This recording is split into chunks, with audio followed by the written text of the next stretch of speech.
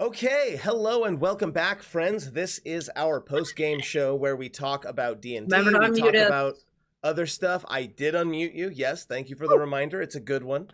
Always safe to remind me to unmute the players.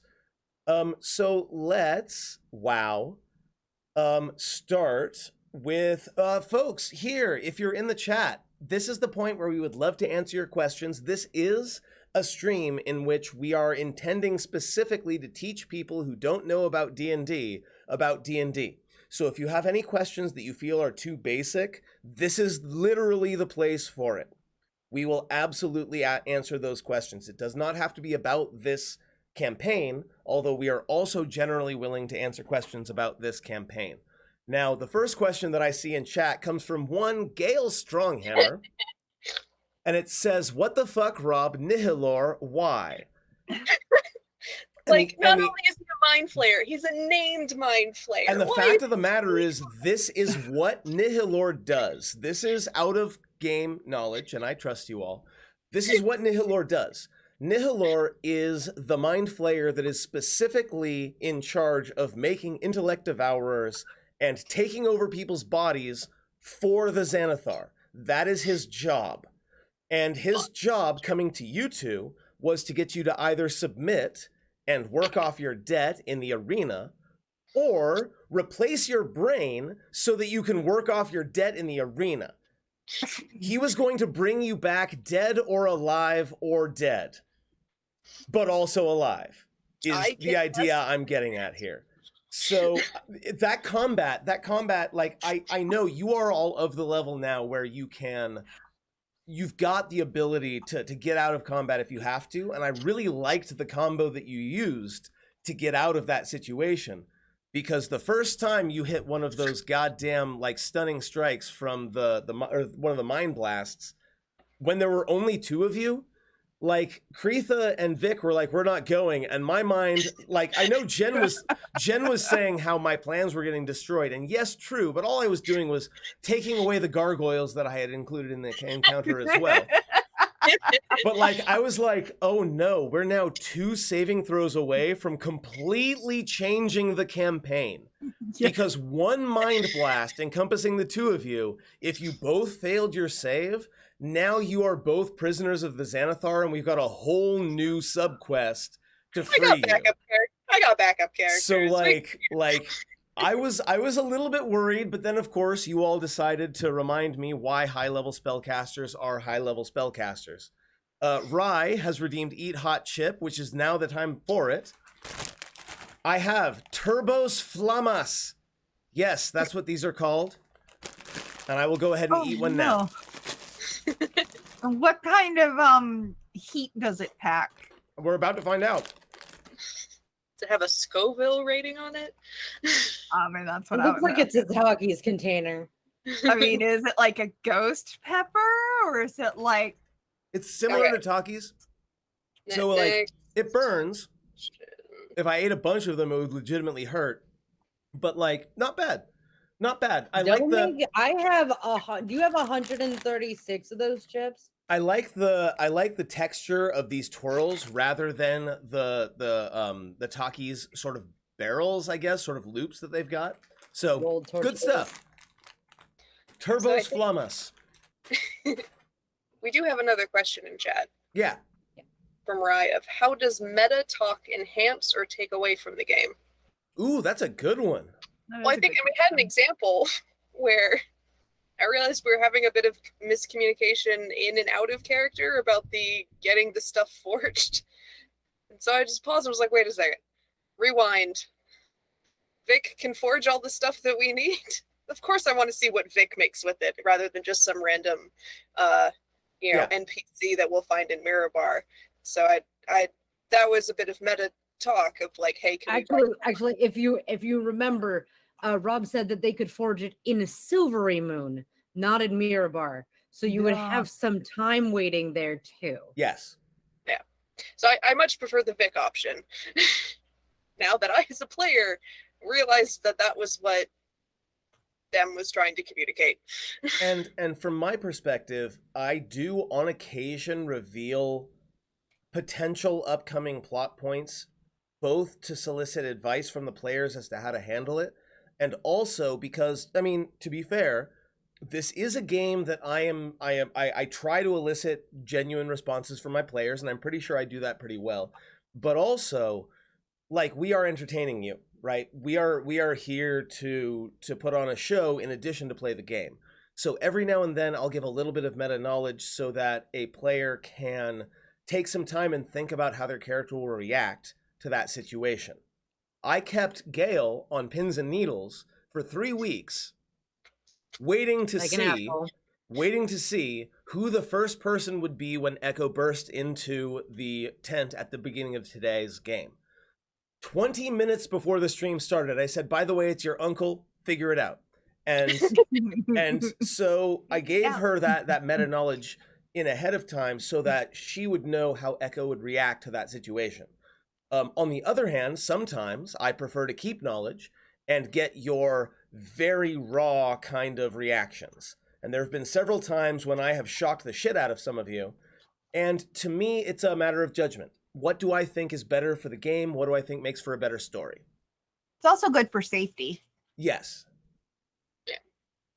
Now, Ra, you missed the safety talk that we had at the top, which you will eventually be able to find on the YouTube. I'm sure of it. Insert link here. It's on the bottom of the screen right now. Excellent. Where we go over things that we both do and like are okay with and are not okay with in the game. So we have to have some sort of safety rules in place. Otherwise, trust can get a little tweaky. We want to be able to maintain trust from player to player and player to DM and such. So making sure that that is in place requires meta conversations. We also frequently have like out of game conversation about this game, about things going into it, how we're building our characters, if there's anything that we want to change, if there's anything that necessarily we want to like focus a little bit more on. It doesn't always, like, not every single bit of those conversations do end up on the screen, but we have to have them in order to ensure that nobody feels like they're getting let out, like missed or left over or something like that. Extensively, so that people can like still have fun in the middle of everything that's going on and like the emotions that happen with the role play. Yeah. So there's that's important to be able to talk out of game, about game, and sometimes even during game. We haven't used any like, let's cut this scene here, we need to have a conversation about what's happening right now for a safety reason. But we have those safety measures in place so that if we need to use them, we can. Another good example is when Clarion was going to be resurrected, which was a goal for months for this group. And when it finally happened, we had a lot of talks ahead of time because I did not want to drop the fact that Clarion is now a reborn, a semi-undead, semi-alive creature. That is not something I would want to drop on these players unannounced. Like, it was important to let them know this was a thing that was coming so that they could prepare for it. Especially me, because I was playing Clarion. And it was your idea. That's important to know. Yeah, like, I wanted him to come back strange because it wasn't a good death and it was a little zombification. My job here is not to shock you into speechlessness. My job and our job together is to shock the audience into speechlessness. I don't want you to have to spend so much time processing what you just learned that you can't speak. So if it's something that I feel like you could help with, I definitely make sure you know a little bit ahead of time. But I also keep some things close to the chest as well, like mind flayers. Like mind flayers that have names. Oh, Nihilor. Nihilor, by the way, can cast the fly spell, so that tells you the bullet you just fucking dodged. Man, I've had that scroll of that scroll. Every now and then, a random item just saves your ass. It was a toss up. I realized I couldn't do both twinning and and heightened spell, so right. I went with the gamble, and I'm happy I did it that way. But at the same time, I need a way of getting rid of the Hound of Ill Omen. That's true. It did kind of work a little bit against you in that combat. Oh yeah, like I still think that it was the correct move because it did disrupt whatever Nihilor's plan was enough. That, it gave you a chance to escape, and I love that. And this is a thing that happens in fiction all the time, right? You find the lieutenant to a big bad, and you're able to drop a smoke bomb and go down an alley or duck down an alley and get away, right? And I'm really glad that it worked out, and I'm very interested to find out, and this is a bit of meta knowledge that I have not necessarily shared with everybody, as to how Nihilor found you when you are wearing things that keep you from being scryed. I do have reasons for this. This is not something I'm doing capriciously as a DM.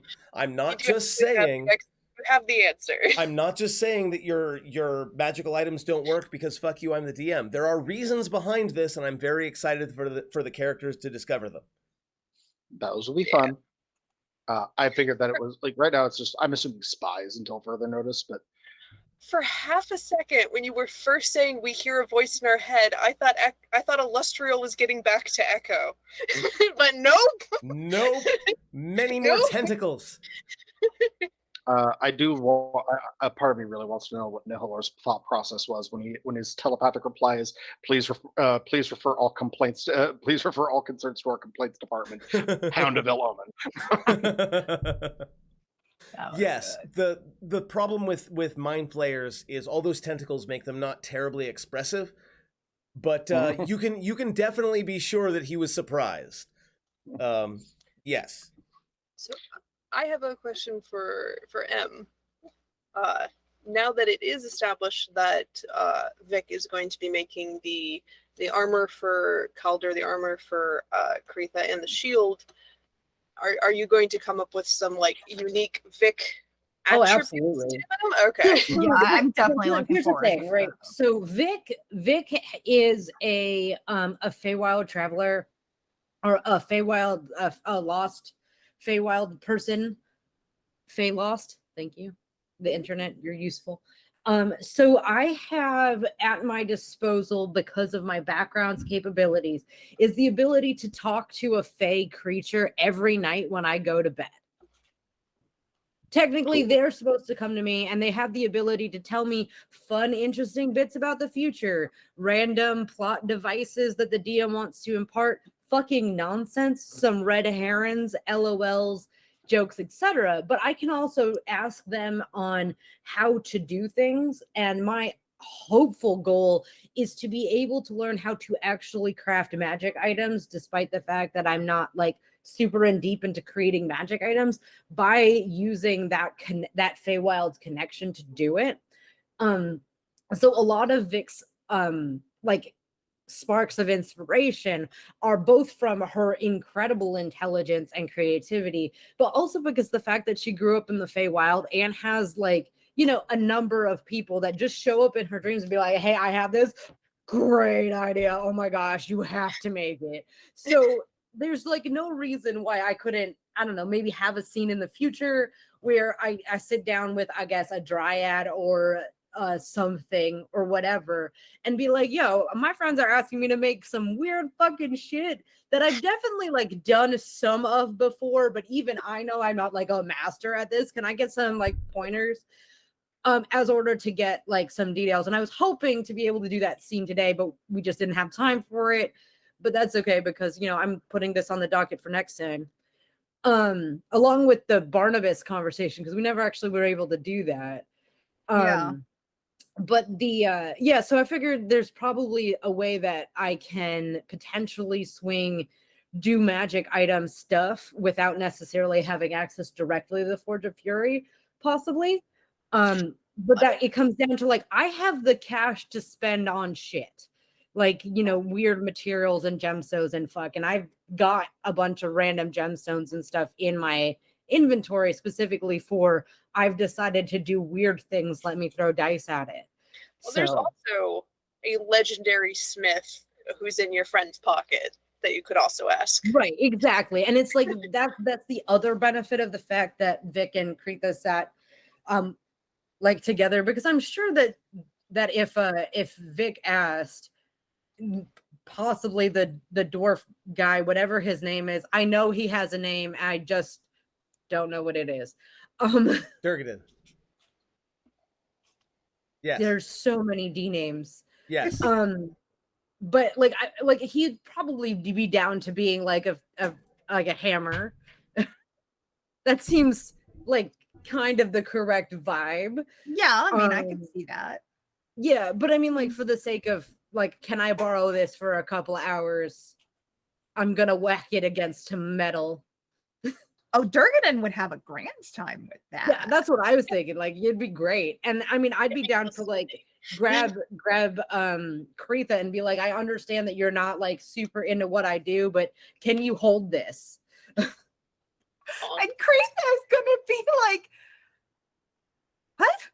Because like Krita's not going to understand what that statement means, because Krita's not super into the shooty vampire part and the not telling about that rare part, but like she doesn't understand the hammer part. But it's really Krita cool. also has nimbler fingers than Vic does, so there's like Very fiddly small. bits that I feel like Yes. Krita would be very good at. Krita would be fantastic at jewelry with her dexterity. Yeah, we've established that she embroidered her own clothes, right? Yeah. Yeah, she embroidered her own clothes. Yes. So There's another question. Nobody can embroider. yeah, I've got a couple from Rye. So first off, so many names, Rye, you're right. There are a lot of names. I'm the DM. I have to keep track of all of them. I thankfully have a player who is particularly enthused, and that's Gail, with keeping as many notes as possible, and it helps. Also, these VODs help as well. Like, the fact that I can go back and be like, what the hell was that guy's name? Because I, as the DM, forget all... Sometimes I have to make up a name on the fly. I'm pretty sure I made up at least 3 names tonight, and I don't remember any of them.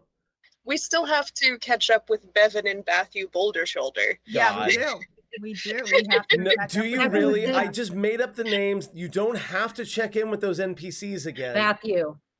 Sure. Bevan and Bathu. Sure, you've fallen into the trap of Boblin the Goblin. This happens. It's true. Many times. The party, the players don't have a group chat without the DM. Right. We're all the same. I mean, I assume some of you talk about the game amongst yourselves, and you're allowed. Oh yeah. But yes, but we don't have a dedicated the group chat that excludes you. Includes me, yes, because we are telling this story together.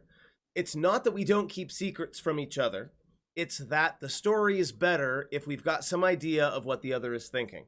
So yes, we are both in on the group chat, and we use it to both brainstorm stuff and also just share so many memes. So many Yeah. memes. Now And that also said, we do have artwork. That said, we do have plans and schemes that involve specific NPCs that don't involve you. That's us deliberately playing something close to the chest. They also make fun of me for having 374 characters. There's a lot of folks. There's a lot of folks who that number is only like, that low because you've the number is only that low because you have either played them or killed them or have moved on to other concepts. The number's only that low because her job doesn't let her sit there and make them up I can't as sit there and easily as just they make up used to. characters every like, 8 hours a day anymore. I just like imagine a Jack in the Box running, and every time pop goes, the whistle goes off. It's another character. Look, I am very autistic. That's one of my things. Literally, that's how it goes. There are a lot of folks who see the players and the DM as adversaries, and I don't feel like there was a time where I was legitimately like in a large like live action game that had multiple storytellers. I was often brought in as the storyteller that would fucking kill a player character because that was just my job. It's what I did. I was the antagonist in that particular situation. But now in this game where I'm the GM and you're the players, I am just a fellow storyteller. We are all telling the story together, right? Now, that has not stopped me from murdering at least one of you. in a horrifically brutal, accidentally, but in a horrifically brutal manner. But like, that's the thing, right? We're doing this together. We were both surprised by Clarion getting ripped apart by the Roper, and there's something beautiful about that. So like, yeah, I feel like a little bit of information exchange is important to make sure that we tell a good story, as opposed to just hitting a brick wall. I'm trying to answer that question. I'm trying to see if I ever wrote down the name of the poor peasant that we broke both of his legs. Gary. Yeah, His it was name Gary. was Gary. I have His watched name that was clip Gary. so many times. That Gary. caused Gygax. so much. Gary was named by Jeff. Gary was a commoner that you found tied up. The reason that you entered the Forge of Fury via the chimney, because you were not going to do it, Oh my God. was because it's all you found asking that for help. Gary the peasant was behind bars down there. You freed him, and you had him climb up. And to be fair, you did your best. Only one of them fell and broke his leg. He was climbing up and he fell and he broke both his legs, but he did not die, which was insane given the amount of fall damage Calder involved. is just sneering at him to He get should him have the instant rope. died, but he Clarion didn't. is just I would so say that we trying didn't not to make him be- bring this back. He didn't. This character existed and then left, and Oh, no. allegedly One of died us. or lived. came we back don't know. once. We haven't seen him yet. No. I One of us think was that asked. the one-off NPC that we made you bring back was fucking Kevin Bone Wolf. Yeah, Kevin Bone Wolf is definitely the On name alone. Yes. And now there's many Bone Wolves. Yes. Yeah, but not all of I have them lost that go control all of the cast. lore. I have nothing. Well, as I say, we brought them back because we were the ones asking, hey, are they still alive? Are they in town when we get there? They weren't. Sure, Though. why not? They weren't though. Kevin Bone Wolf. He was a I guard swear. that we hired to come with when we brought our cartographer. with us. Cartographer that To protect the that cartographer. Clarion insisted come with. Like, this was a great oh my God. On my concept. Nobody I else did. wanted That's this. the Cartographer. cartographer. Okay. Yes, I have Kevin a Bone Wolf. concept list. Kevin Bone Wolf was a random ass guard who, yes, had to come back again and again and again just because one of you, and I don't think this was me, one of you said that his name had to be Kevin Bone Wolf, and the moment that was his name, then it was done. He had to come back. His name was I Kevin think it was Bone me Wolf. because I was on the name generator that day because I was making characters. And he should still be here with the military encampment trying to take the stone tooth He's back. in there staying somewhere. here. Of course he Yeah. is, because NPCs that you like can't ever die. Oh. Unless they Well, die. presently- They have Well, to die on presently- screen. They have to die on. If you don't Hey. die on camera, did you really die? Hey, Yeah. guys, Schrodinger's NPC. be nice to Kevin. He just learned that his cousin died. To be Shame. fair, his cousin That was an asshole. absolutely deserved it. Fuckhead. Yeah, but all of your positive I'm- interactions. With I'm me plugging and his YouTube family again members are because still all bad. of this is on our backlog. It really is. Oh, man. It's- By the way, and it's not going to mean You're anything, but laughing about our back. our last session, the reason why we ended up having lost frames at the end of last session is because I had set it to output in 4K. Ah. Now, Oh my God. Twitch can't handle 4K because I'm not a partner, so it's still streamed in 1080, but it does mean that there will be 4 to 5 YouTube videos that will be in 4K. And I know because I had to upload them all night because You fuck have if, no fuck if idea. I'm gonna It's so lossy bad. compress them like on purpose. No. So no, we now have done. 4K videos going up. You're welcome. Awesome. There is Creetha getting her comeuppance by love. Okay. Okay. Also, hey Jen, real quick, you keep Yes. you keep saying at different parts that Kritha is 5 years old and 4 years old. Which is the truth? Or I'm not six. even sure. I'm not even sure. When be Creetha left, she fair- was 4. She's pretty sure she's had a birthday at some point. Pretty sure. Yeah. I'm pretty sure. She's probably 5. But let's be honest, a lot of stuff has happened. And Creetha hasn't really celebrated a birthday. And like, This will be a fun detail for us to learn. Olivia, I'm just saying is I'd like to request Kretha dancing to the song I Can Only Count to 4. Oh no! I need Have you heard Kretha. I it? need to draw Kretha being It sounds familiar. smush hugged by the uncle. It's a spoof. It's a spoof of Let the Bodies Hit the Floor. Yeah. I That's really even want better. I really want to animate Kretha writing her fucking letter and Jarlaxle and the other one's like, okay. That was so much fun to do. Just I love It just when I'm keeps just going. allowed to imagine go. like a little kid with crayons, like laying down on the floor, writing with like her tongue sticking out, like paying attention.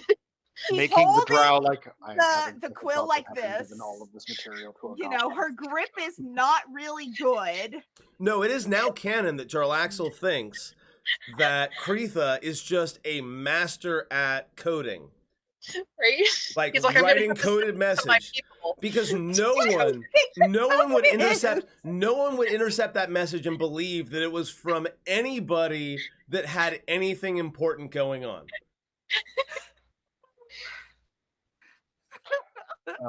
They're like, do you mean for your tin army?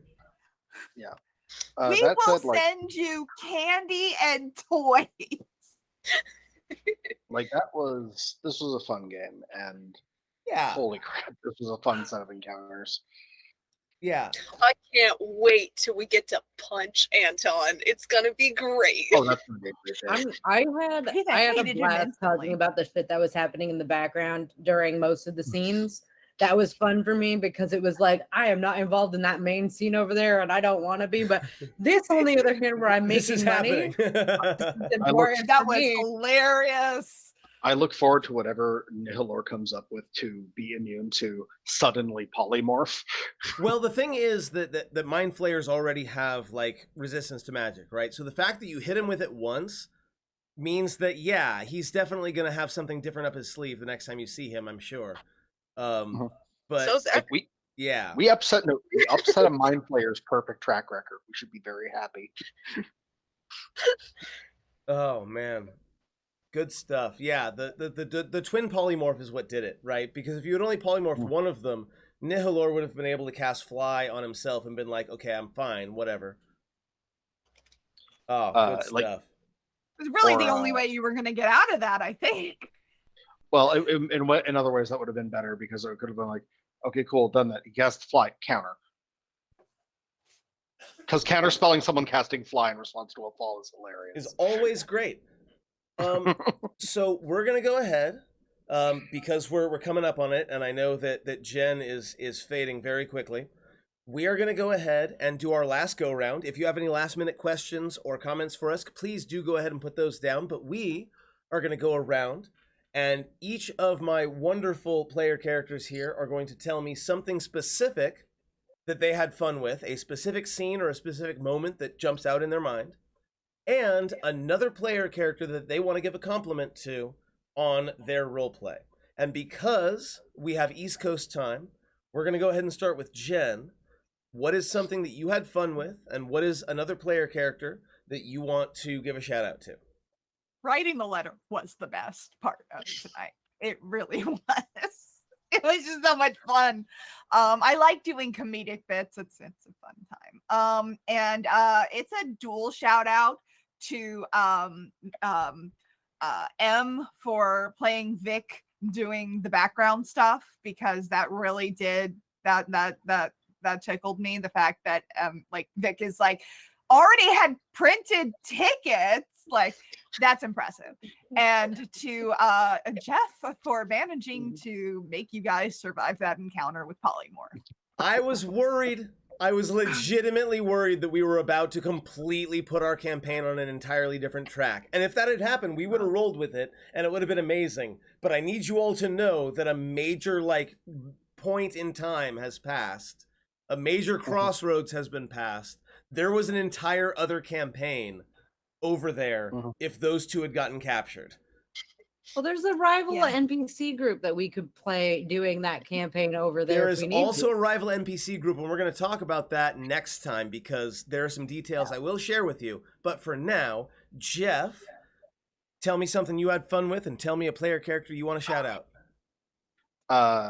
The look on your face when I said I summoned the Hound of the Omen on the Chimera, followed by twin polymorph, in that moment of, oh crap.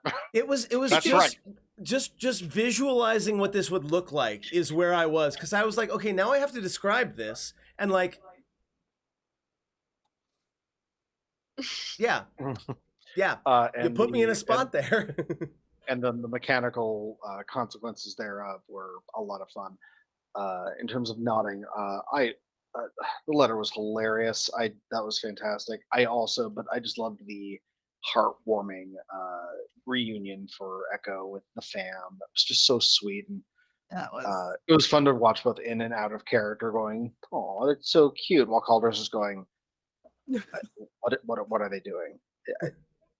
Is this some sort of scheme? I don't get it. M. But yeah. What is something you had fun with? What's a player character you want to shout out? I mean, I like doing all of the background stuff. It was good for me as somebody who's not like a main character right now, to be able to still do like background character stuff that was very obviously like I'm doing background character stuff, and being like able to like revel in it. Yeah, If that makes sense. artificers are great at that. Well, it's like because Vic, like this plot arc is not Vic's plot arc, and because of that, Vic is like fully down to like I'm just gonna take a backseat and do stupid shit in the background of all of you guys doing things to indicate that I'm still here and still doing things. But in case if you guys need me, you could pull me forward because I'm always gonna be in the scene, but over there. And I think that's very effective for like the way that this group like works. I had a blast with that scene where Anton walks in and like Jeff got to do some sniping, and that was great. And then I tried to like drag his ass off back to the background where he's supposed to be, but you wouldn't let me. I did not. I do like Anton the is supposed to be a background character, and he can come hang out with me as a background character. But no, apparently that's not correct, and I am unpleased. But I think that was fun. But I think that that Calder kicking it off, because Calder was definitely like, why are you up here in the foreground? You're not supposed to be though. And I think that's what cemented my my choice of drag this asshole to the background if possible. That will be a fun dynamic. I love how pompous you made Anton. That was great. I read the material. I read the source material. I understand. I get a little bit of an idea of how this guy goes. Psychonthrope really wanted you to just disintegrate Anton. Anton has multiple more secrets to spill. It's going to be a fun time. It's going to be a fun time. At a certain level, every group needs an antagonist group, and in this case, the antagonist group just so happens to be working with you. And going forward, like it's going to be like, what goals do each group want to tackle? And depending on which ones you send them on and which ones you go on, that could have real consequences going forward. So, like, I'm really excited going forward. Gail, something you had fun with, a player character you want to shout out.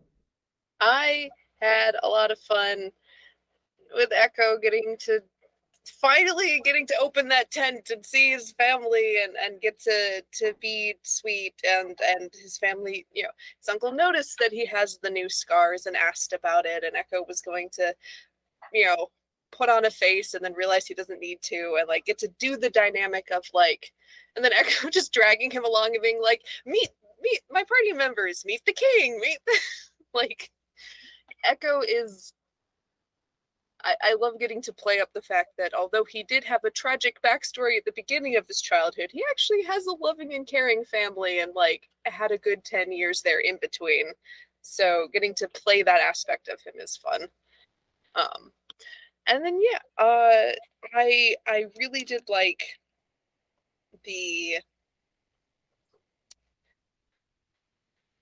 my mind has just blanked. I had it in my head. Words work for me, please. Do you need me to do mine and then I can come back to you? Yes. Okay, so I have been planning on bringing Anton into this game for a while. Since long before I knew exactly the where and the when and the how, before this particular campaign had even materialized, my entire experience with Anton came down to 3 words in my head, which was the "hello, little brother." I have been practicing that line in my head for months. Like, again, since long before I knew that Anton was going to come in as a part of an antagonist group. That condescension to Calder, especially given that Calder has made a very good name for himself for being the most intimidating person in the room. It was something that I've been looking forward to for a long time, and it was very satisfying to finally get to say it, like, on stream. Fighting him is going to feel so good.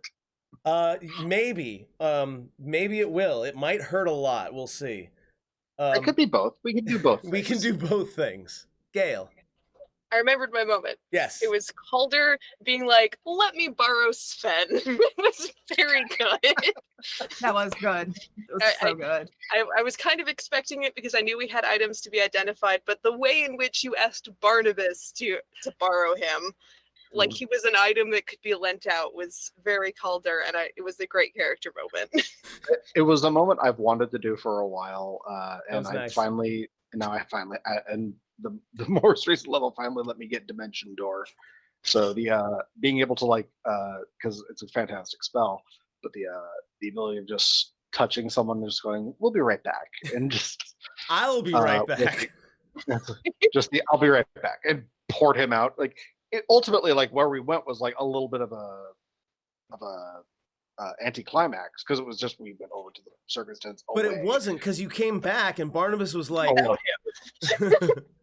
yeah, and Barnabas was like, "What?" He's fine. Okay. But it certainly stuff. communicated it certainly delivered a message to the room, and that was really good. Oh man. Let's do a quick round of plugs and let's get out of here, shall we? All right. I should have done that as part of this, but that's fine. We're gonna do it in the same order. Jen, plug your stuff and let's get gone.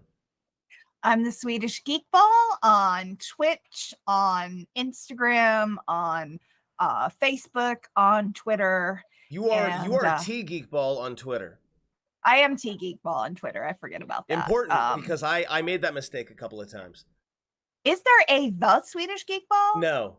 That was No, the problem. that's too many characters for a name. Yeah, they like to make it. Jeff, where can people find you? Do a lot of art. Yeah, Jeff, where can people find you? I have been very busy of late with stuff in Phoenix, and Same. I intend to get back. I do intend to get back to drawing. So you can, when that occurs, you can find me on Instagram and on TikTok at Still Tired and Angry. Perfect. Spelled just like it sounds. M. All one word. Still Tired and Angry. Where can people find you? Oh, I'm Silver Key Finder at all the places. I play games on Twitch. I talk Small about correction. stupid shit. 1 silver key on all the places. Sure, 1 Silver Key. What did I say? You said Silver Key Key Finder. Finder.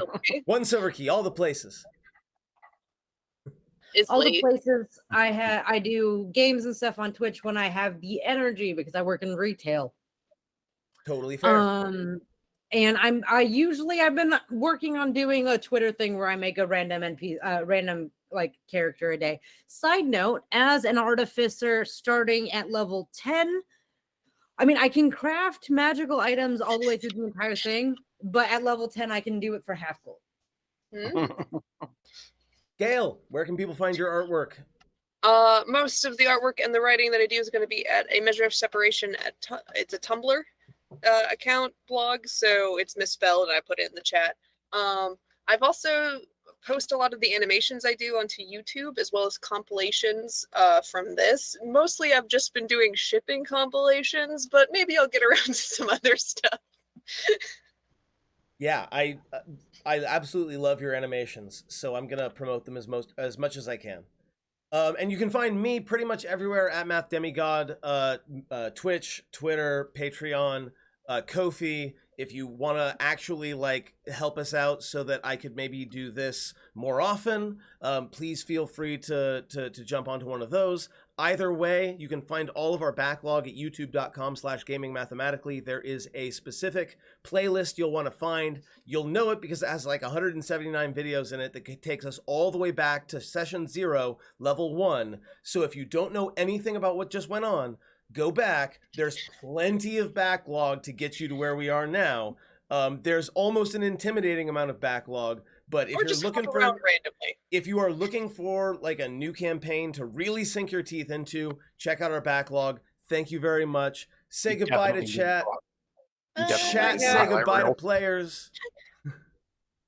Thank you very much. We will see you in 2 weeks, which will be, when is that? Hold on, I'm pulling it up. I'm so bad at this. It's the 6th. The 6th of September is our next game. So until then, have a good one, folks.